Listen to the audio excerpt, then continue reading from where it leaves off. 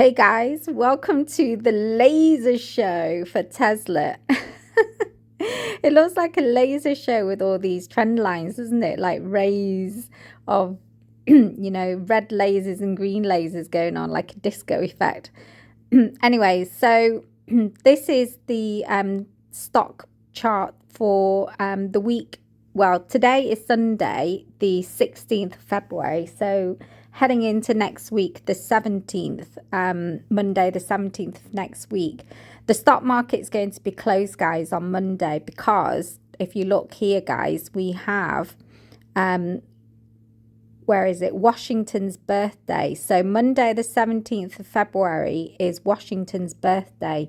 So the stock market's closed then, and then it'll be closed on Good Friday, and then it'll be also closed on Memorial Day in May. But for February the 17th, which is on Monday, guys, it's closed for Washington's birthday. So it's a good chance for me to basically do quite a lot of stock charting ready for Tuesday the 18th of February 2025 when the stock market opens. So this is Tesla on a monthly chart, guys. So this green line here that I have, guys, this is the uptrend at the moment. So on the bigger chart, on the monthly, you can see Tesla's running up.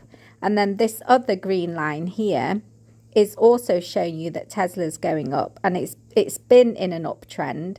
So this one also is showing you that it's still in an uptrend. However, you can see it's starting to go like on a bit of a decline there with that red trend line that's, it's basically hitting that red trend line here, this line here, guys, and it's kind of like, giving up. So it's kind of like not really wanting to go any higher than the all-time, well, not all-time highs.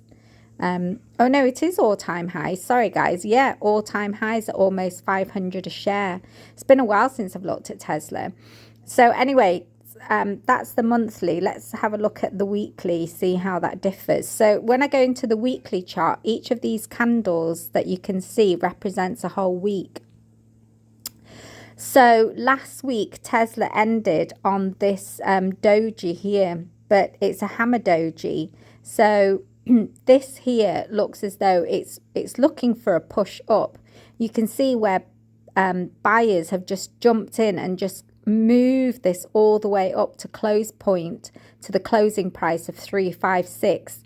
So that looks quite good for Tesla, but like I said, it still has this red trend line here, the downtrend line here that it needs to like break in order to uptrend any higher than $400. And plus I think this purple box here is the gap fill. I think there is still a gap fill on this, but we'll look into it, see if I need to remove it. It might have already been filled. Like I said with gap fills, guys, it will always go back to fill the gap at some point in time. So if we move to the day, each of these candles now represent a day of trading. So as you can see, there's been quite a few gaps down here. Let me just move this. Can I get to this? I think this needs to be unlocked. Hang on a second, guys. Oh, didn't mean to do that. I'm doing this on my phone, so I'm having to click in like some weird places, doing funny things. Okay, guys, so here we have a gap fill that it needs to come back and fill at some point. So there, guys, it needs to be filled at some point, that. So literally at the moment, you can see Tesla is moving up. Look, it's moving up. It wants to move up to 400 with the opening session of next week. However, that white resistance zone above here, this here, guys, is a resistance. So once it hits that, if it can blast through that, it's going to go back to all-time highs again. So we'll keep an eye out for Tesla and what it decides to do. But as I say, it's been on a downtrend since last week. Look, it's been on a downtrend. Can you see, guys? So by the way, I'm on TradingView on my mobile phone. I know I said I was going to do this on the on the actual big screen, but it's I'm recording this about 7:30 evening time, so it's getting a bit late. So I don't really want artificial light on. It doesn't do anything for, you know, filming. So if I do it on my camera phone, it's going to be a bit sharper for you. Okay, so guys, can you see this support zone here at 300? So it's held support and it's moving, it's wanting to move back. So let's go down to 4 hours and see if we can see anything, any more details as to like how strong Tesla looks. So yeah, Tesla is looking pretty decent. It's holding on. It's using this zone here at 300 as support. So it's wanting to go higher. It depends like what's in the news for Tesla coming up next week. So hopefully, guys. So as I say, hopefully, guys, let me just have a quick look at the news. So headlines for Tesla from February the 16th at 5:30. It's been used. Tesla's competitor is Meta. Yeah, there's not really much in the news, so it's just a case of seeing, you know, if Elon has any really good news that could push it, because as I say, Elon, you know, kind of like can make this stock move like crazy. It may be down here, but any good positive words from Elon, it could just shoot, you know, past all, like just shoot through all these resistance zones that I've got here. For Tesla, and if not, then it would just trade like a normal trading day. So yeah, so look out for Tesla, guys. It's on its way up. Let's check the 1 hours, no difference. So yeah, so that's Tesla, guys. Let's move on to Nvidia.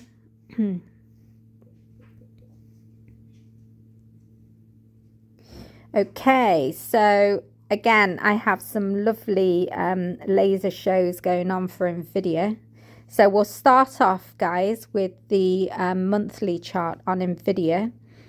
So yeah, since it's you know, since its birth at $10, it's been doing really, really well. I mean, it started life at, I mean, imagine if you jump in with Nvidia about under a fiver.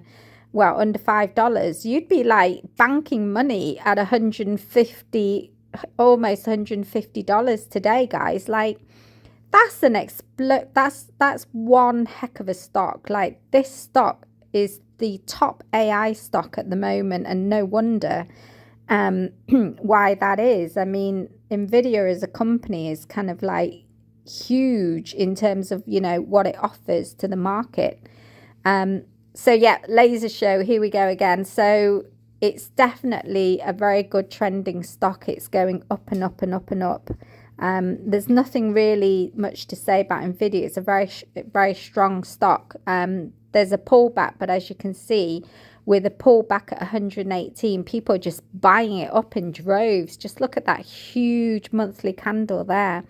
This is the month of February. Look at that, guys. Look at that. Everybody is just really wanting to, you know, get as much of their hands on this stock as possible. There was consolidation, as you can see here, guys. Like here, there was like consolidation. Can you see? But it's obviously broke to the upside, had a pullback, and now it's been all bought back up again. So let's move to the weekly time frame, and we'll see what the weekly offers. So all my support and resistance, you can see. So support turns into resistance, and at the moment we have support at around about the 118 to what mark is this, 118 to 124 is where you're kind of like getting a bounce for. There's lots of buyers there buying Nvidia up.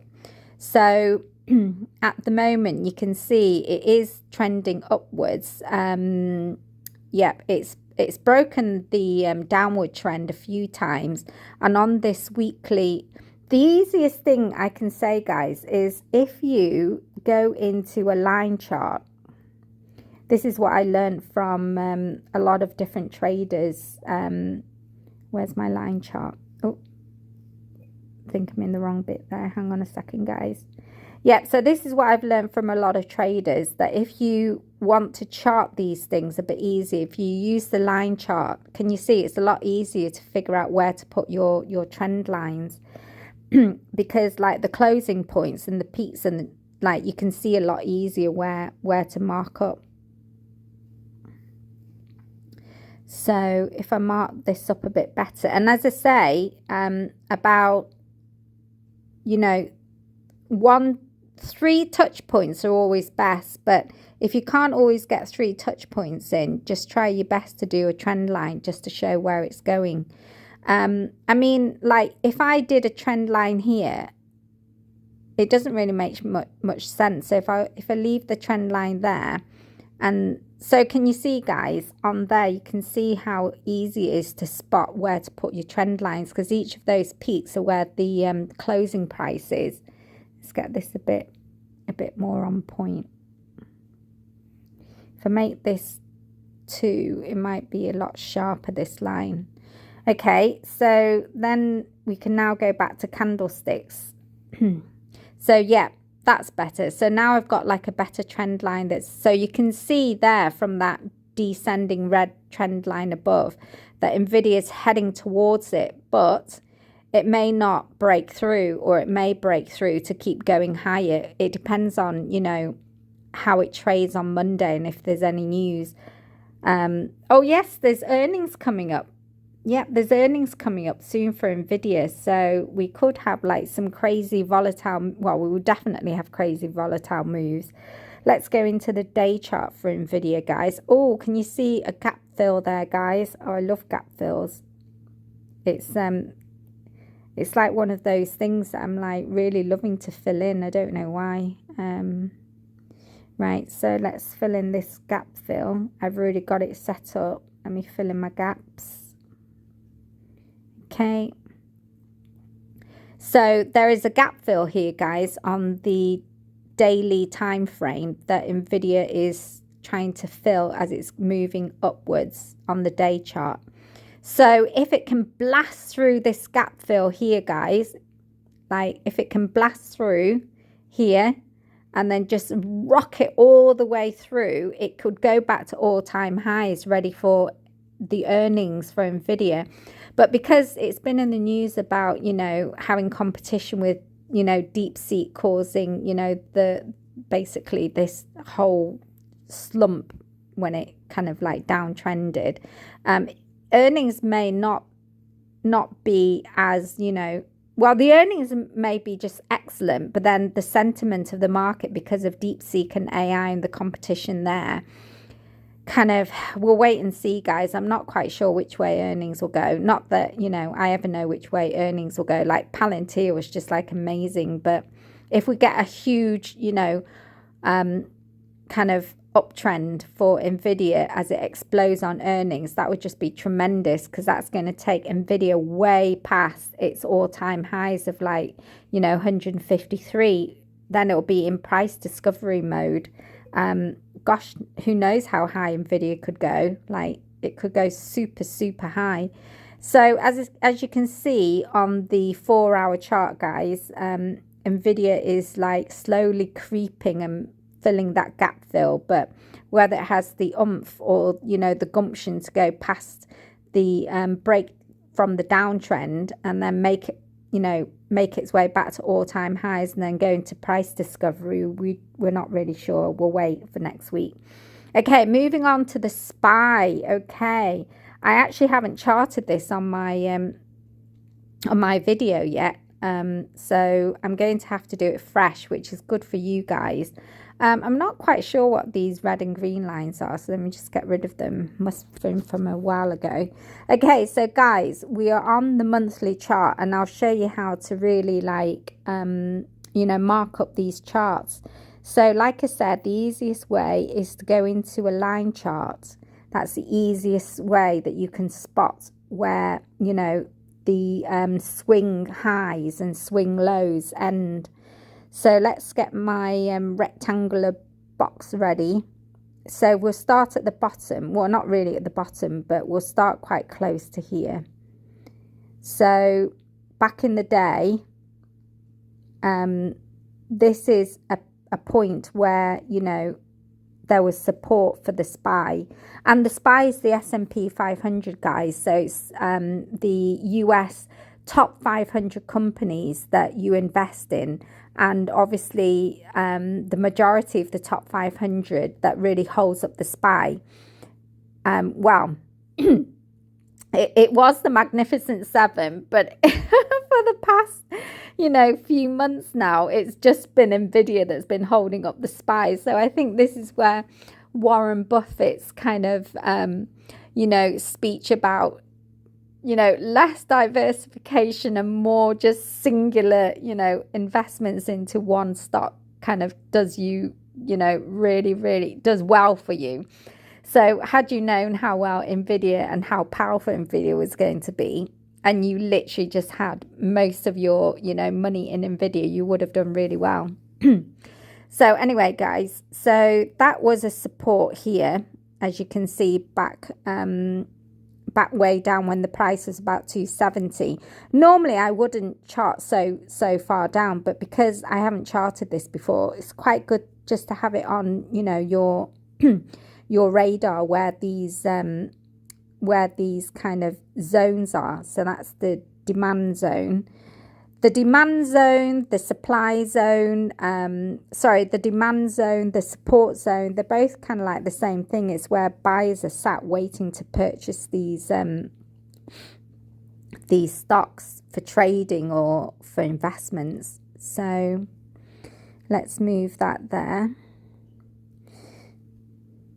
So can you see every time it hits this, it will bounce up. So it's a very good support there for the S&P 500. So I'll clone this instead of drawing it again. And then the next time it has a support is kind of like round about here. Okay, so that's another support right there. Don't forget I'm on the monthly, so I always work from the bigger time frames out to the smaller time frames, guys. Like work down from large to small. Okay, so then this is another place where there's like some kind of, you know, resistance and support going on here. So let's increase this box a bit. Okay, so there's some kind of like support and resistance that's taking place there. And then if we go further up here, it's kind of like not very clear. If you noticed how there's not like the valleys and peaks aren't like that. They're not as many as like here, where it's easier for you to spot where the trend is for the price action. So from this point, I'll move on to the weekly. Can you see now the weekly offers you more troughs and peaks to like figure out where to put your support and trend lines? To put your support zones. So, oh, I said I was going to clone. So let me clone this one. Okay, so now if we kind of like say here is a place where it is getting some kind of support before it moves up. And then if I clone this one again and round about here, there's some kind of support here as well. And then at this point, I'll move on to the day chart. And then in the day chart, now you can like, you know, double check where your zones, if they're sitting quite, you know, decent. So can you see, guys, here, every time it goes to this zone, there is like a reaction. So it's hitting its ceiling and it's being pushed back down. And then obviously when it gets to this bottom support zone here, it's like there's lots of buys pushing it back up, and then it hits the ceiling, it'll go back down as a small pullback. But that's not like that's the interest swing, it's not the biggest swing. And then you can see buyers are buying it back up again. And yeah, so if we concentrate on the day chart here, so yeah, I think I'll leave that support there, and then I think there's another support that I can add in here. So if I get my rectangle and add in another support kind of round about here, say, you can see it bouncing off this zone here, can't you? Okay. Ooh. And just draw that in again. That's the word I was looking for. It feels really therapeutic to add these zones, these marking up charts. It's like really therapeutic to do, especially on a Sunday. Okay, guys, so that is another support. Okay, so now if we move on to the 4-hour chart, we'll see if these lines, like if the support zones kind of match up and they make sense. When you go smaller, it gives you like more details. So let me just clone this one, and then this seems to be a topping point. Now that seems to be a topping point for the SPY. So as you can see, guys, the SPY it's going like back to its, you know, highest all-time highs. Look, a few people have predicted that the SPY will hit 600 by 2025, and it really did. So as you can see, if I mark this out here, you can see it's like breaking past 600. Can you see there, guys? So the SPY is like holding that, and it's in price discovery. So it's in this, all this here, guys, up here is price discovery for the SPY S&P 500. It's already gone past, it's broken through this resistance here. It's broken through this resistance zone. So it could, on Monday, it could come back for a retest and then keep going, or it could come back and then flush, depending on what's happening in the market. Although there's been rumors that Warren Buffett, I was going to call him Warren Bucket. Warren Buffett has, sold out of the SPY. I think that's what I heard last. Okay, let's now go and put in the candles back so that we can see what's happening with the chart. So like I said, guys, go into a line chart to do your charting. It makes it a lot easier. Can you see, like, if you, all these candles, they make it quite difficult sometimes to draw in support and resistance, but the lines make it easy, and then you can test it once you look at the candles after. Okay, so guys, so it looks as though the SPY, the S&P 500, was consolidating, and in a way it still is consolidating. If I kind of like mark this out for you, if I change this color to white, so can you see, guys, within this white box, this, like, the S&P 500 has been consolidating from November of last year up until now.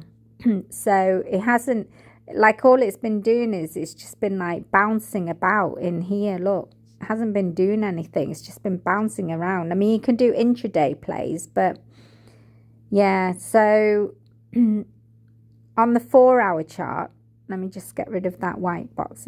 Get rid of that. Okay, so it is making its way up. So I can draw like a small trend line for you, so you can like see.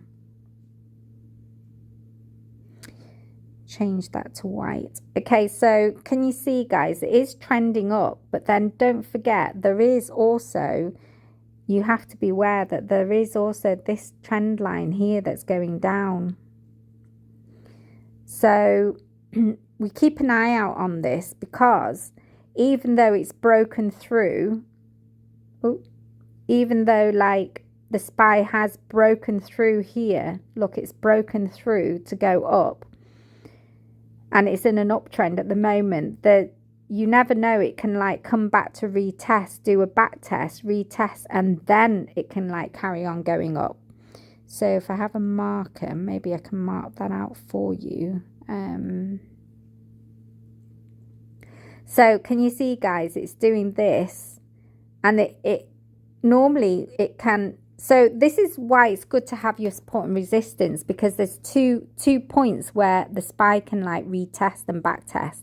It can backtest on this top support, this top resistance, which is now turned into support, and then it can carry on. or it can like keep going through that and then bounce on this trend line here, and then it can move up. Okay, so there's like, if you're trading, you need to be aware of like where it could literally like pull back to. So it could pull back to the first top bar and then shoot, or if it falls any further because of the news or the FDA or whatever it is that's happening, it could pull back further. And then the third place it can pull back is this support here. Oops.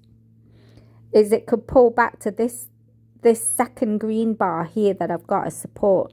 So those are the three levels where it could pull back. So at the moment, that's what it's looking like on the 4-hour chart. But if we go to like the 30-minute chart, we'll see like, so on the 30-minute chart, guys, you can see that it has, this is what I mean by back test. Can you see here, guys? It did a back test here. Look, it broke through the trend line, it back tested it, and then it broke through that resistance, which is now support. And now it's just kind of like, you know, consolidating here until next week, until it decides what to do. So from this point, it could, this is the thing, guys, even though it ends here on a 30-minute chart, what could happen at market open on Tuesday? Don't forget Monday is closed. What could happen on market open is it could either gap up or it can gap down. And if it gaps up, it'll be like the gap and go. So once it's gapped up, it'll just go. So, you know, at that point on a Monday, on a Tuesday, you can keep an eye on this and see if it gaps up, because you can have like a really good call option, you know, to the upside and do a long play. But if it gaps down, then it could fall to all these resistant points that I've mentioned to you. Like it could go through this first green box, hit this line, this support line here, and it may go through that and go to the second green box. So, and that would be like a dip and rip, and then it will just like plummet. And if it does that, guys, then that's a good chance for you to jump in and do a short call, do a short play, or, you know, play it to the downside. So it can either gap and go, or it can do a dip and rip, or it could just keep on consolidating. But normally there's always an explosive move when the market opens in the first hour of trading. So this is quite an interesting one to look at, I mean, when it opens. But if you do like, if I add some more lines for you, you can see there is like this pattern that's playing out. And, you know, even though you draw these lines in, there's no guarantee that it will play out this way. But if it does, you know, you've got like, I'll show you. Let me just draw this in.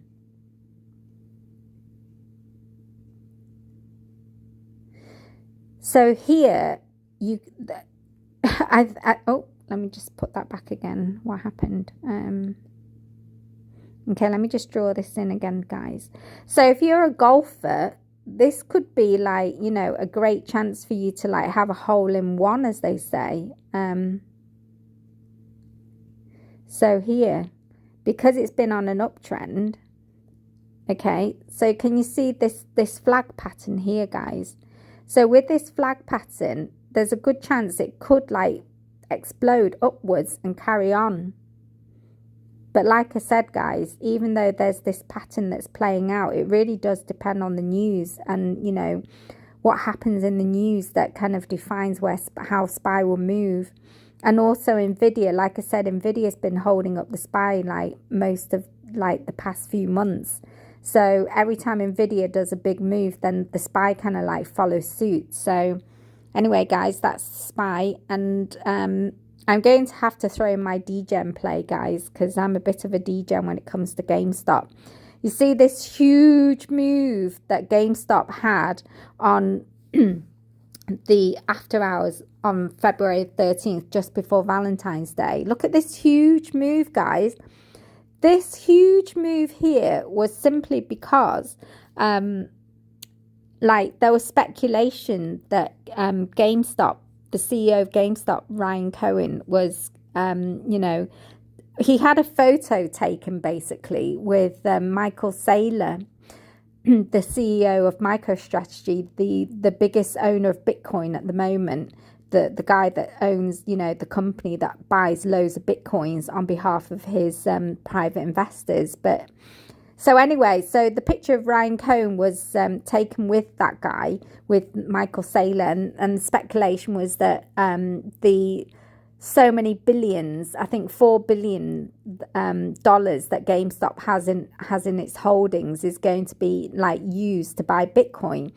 And this is why there was like a huge crazy move after hours, and I played this, so I kind of like got some nice profits from this. So for me, you know, I played GameStop and other penny stocks just to have these squeezes. This is like a mini squeeze, and every time there's a squeeze, I kind of like, you know, make some gains on it, and then obviously I wait for the price to drop and wait for it to squeeze again. But I play this in shares. For the options, I tend to hold it like long term out into 2026 or something, you know, because you don't really know when the MOAS or when the squeeze will take place. So with the options, I kind of like hold it long term, like leap options on this. But anyways, none of this is financial advice, guys. It's just me, like, for entertainment purposes, giving you my degen my degen fun plays on GameStop. So DJT is also another one that I've played a few times. I played this for the inauguration. So for inauguration, if I go on to the day chart here, guys, this is when I played it for inauguration. It was just crazy. So for DJT, if you don't know, it's the Donald Trump media company. And can I see easier on a weekly? Let me just see. Or the monthly. So yeah, I think I see it easier for, yeah. So what happened for Donald Trump's inauguration? Oh, here it is. So literally what happened was I bought in on my shares at round about, I think it was maybe $20, $30 or something like this. And it exploded when he won like the elections. Oh, sorry, not inauguration, for the elections. So he won and then his stock exploded.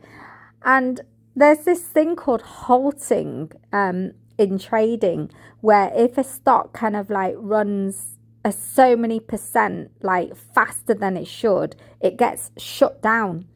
So at the time when they found, you know, when they realized that Trump had won, like, you know, he got the last seat, his stock just like exploded and it just ran crazy. So the stock exchange had to like stop trading altogether for like 20 minutes or something. They had to halt it. So it's called halting.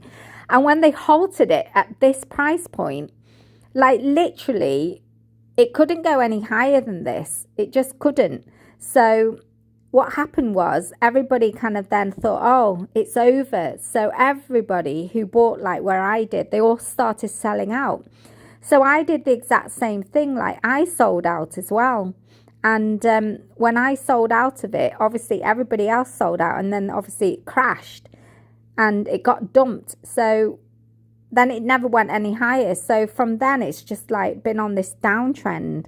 Thought since the sellers have all sold out of it, it's been back down, you know, to here again. And now it's just a case that, you know, people just play the DJT stock when there's like some news.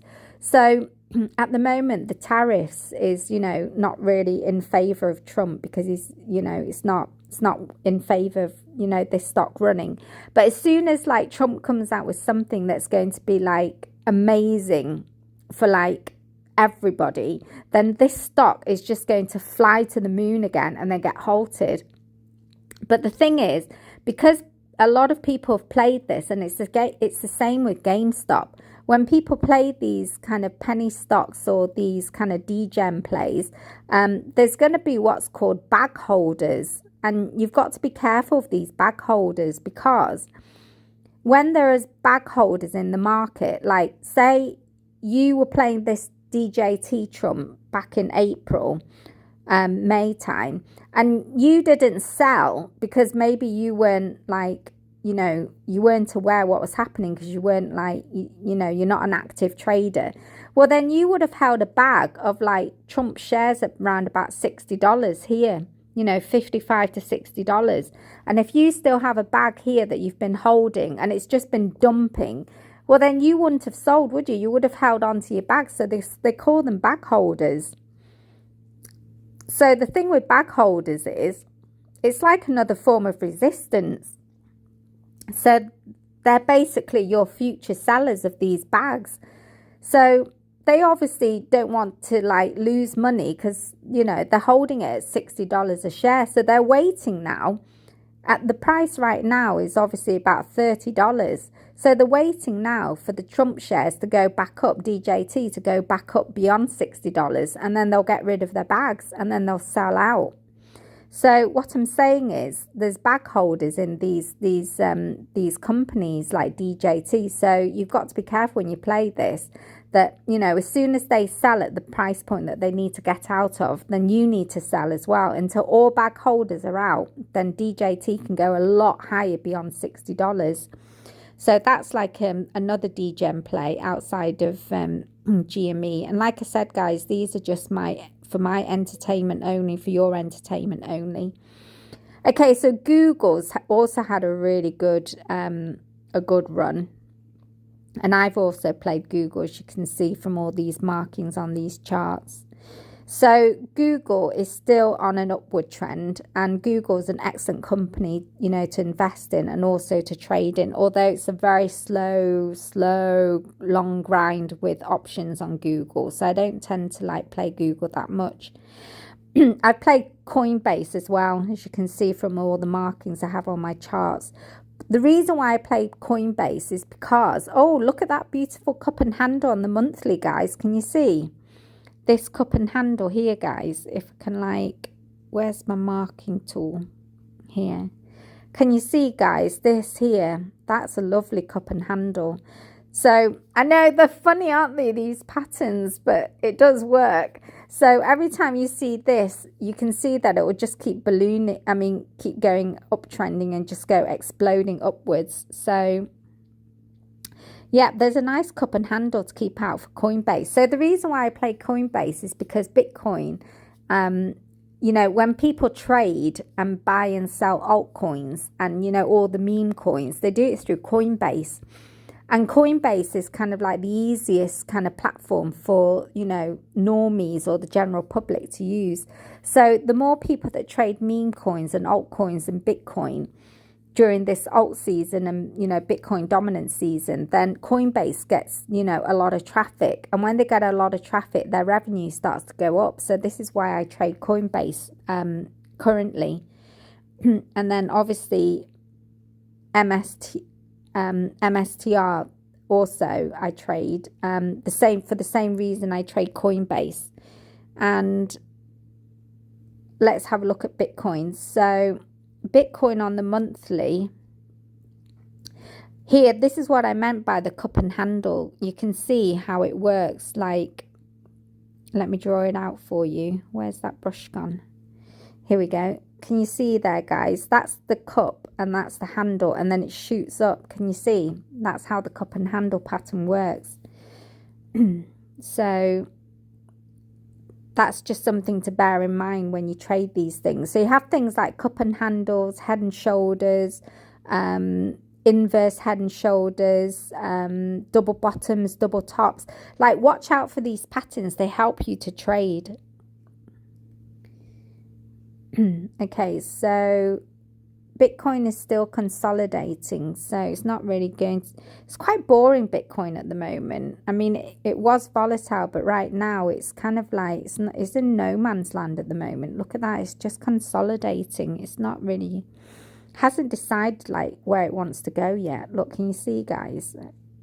When it decides where it wants to go, then I mean, if Bitcoin shoots any higher, that's when your altcoins will like start to go, you know, like XRP, XCN, you know, Aave, you know, if you're invested into those altcoins, those tokens.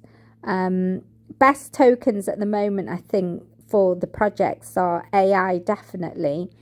Gaming for the future, that'll be like probably the last bit to run, I don't know, but they say that. Real world assets is also a good one, like XRP, financials. Those are like really great projects to buy into.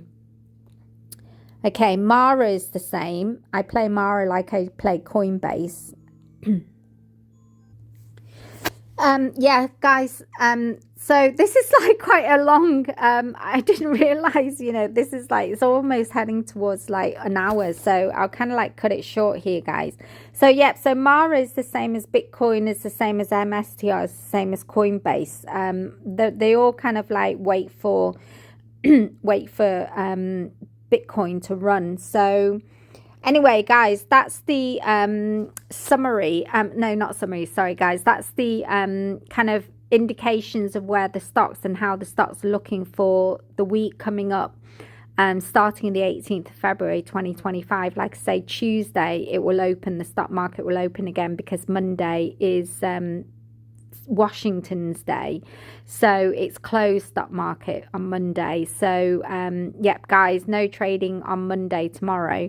I'll probably just end up doing some more videos on, you know, my matcha things, because or more YouTube content, unless you guys give me some indication, you know, that you want me to do certain types of videos for you, you know, whether it's showing you, you know, how to set up trading view or trading 212. Let me know in the comments below, guys. Have a really lovely Sunday and a great week ahead for trading, guys. Matcha tea and out.